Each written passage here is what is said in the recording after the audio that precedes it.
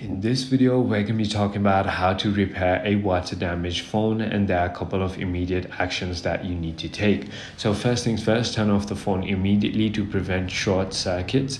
Also take off the case and any accessories like headphones and so on. Also use a soft cloth, which should be a microfiber, to dry the outside.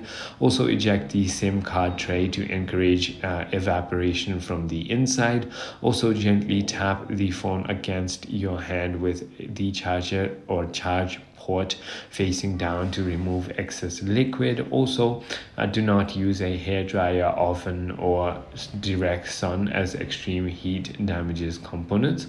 Avoid putting it in rice, which can also leave residue and is very ineffective.